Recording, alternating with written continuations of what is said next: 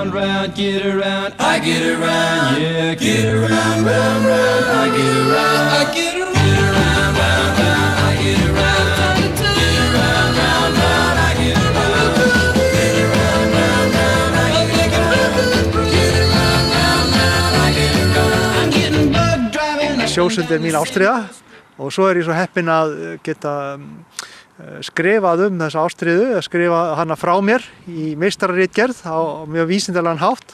Það sem ég að velta fyrir mér eiginlega að færa rök fyrir því hvernig ég get nýtt þá reynslu sem komin í reynslubankann hérna á Íslandi í sjósund og sjóbaðsiðkun. Hvernig ég get nýtt þessa reynslu með þá í rannsóknum til að bjóða ferðamönnum upp á sjóböð í atvinnuskyni. Þannig að þetta fyrst og fremst á sviði heilsuferðaþjónustu sem ég að spá í þessa sjóbaðsiðkun. Ég held að þurfi rosalega mikla undirbúningsvinnu og rannsóknarvinnu og það þarf líka skilning ólíkra aðila eins og á sviði heilbrigðismála og ferðamála. Þar þarf miklu meiri samvinnu held ég til þess að menn geti fara að bjóða upp á sjóböð sem heilsuferðaþjónustu til dæmis í lækningaskyni. Við höfum reynslu Finna til dæmis meðal annars að þeir hafa gert mjög miklar rannsóknir á því hvað vetrarböð, hvaða áhrif þau hafa á líkama og sál og ég styðst við þessar rannsóknir í minni ritgerð. Hvað gera þessi sjóböð fyrir líkama og sál?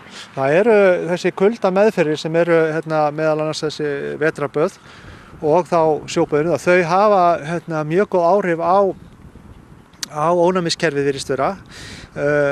Þau virðast veita mönnum svona frískleika og svo það sem ég finnst kannski vera merkilegast í þessum rannsóknum áhrif á verki, króníska verki og það eins og kuldameðferðir þær halda verkjum í skefjum og kannski í sumum tilvikum þá að þessi verki að hverfa eins og mígreni og svo það alveg ótrúlegt hvað þessar meðferðir hafa áhrif á í raun gigtir eða gigtarmein.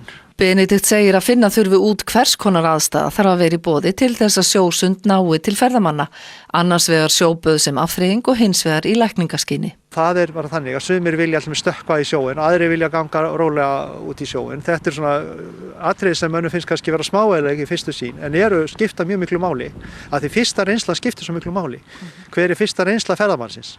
Ef hún góð og þá náttúrulega elur það af sér fleiri komur í sjóinn og fleiri komur til Íslands og Já, þannig að þú sér fyrir þér að fólk bara hreinlega sem kemur hér í kannski allt öðrum erindagjörðum gæti svona komist upp á lag með að gera þetta, fara í sjóinn hér á Íslandi. Já, það gæti gert það og svo náttúrulega líka annað að við gætum komið á skipulögðum ferðum gagngert fyrir fólk sem þjakað af meinum eins og gigtarmeinum og verkjum.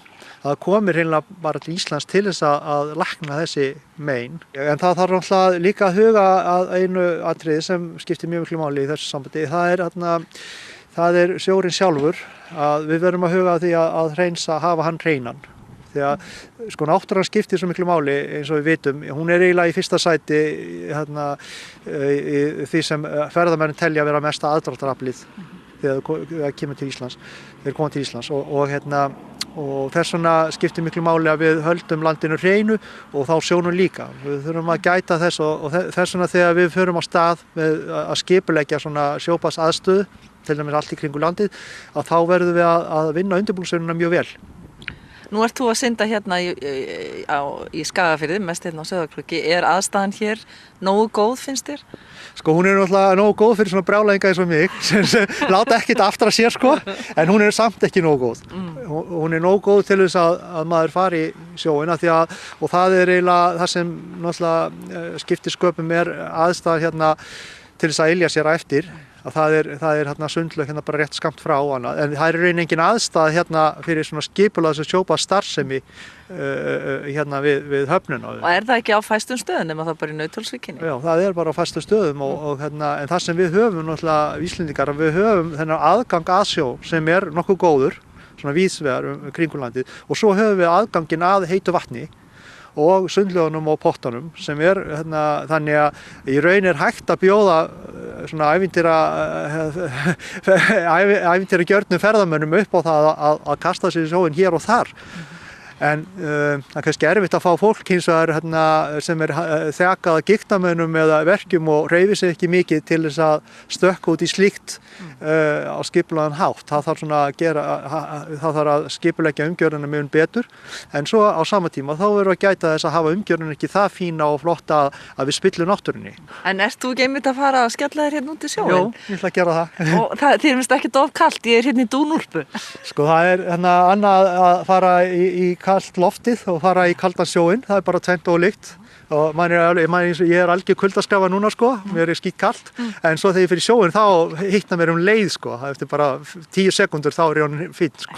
Heyrðu, ég ætla að fá að sjá þig skella þér í sjóinn. Það kann ég kalla þig. Same old strip. I gotta find a new place where the kids are hip.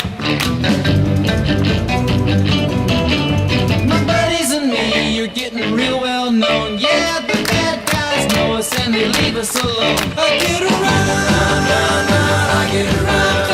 Get around, round, round, I get around. Get around, round, round, I get around. Benedikt komin í sjóinn hérna á Sauðárkróki og þú er bara að skora á áhorfendur sem að hafa þor og dug að koma og skella sér í sjóinn.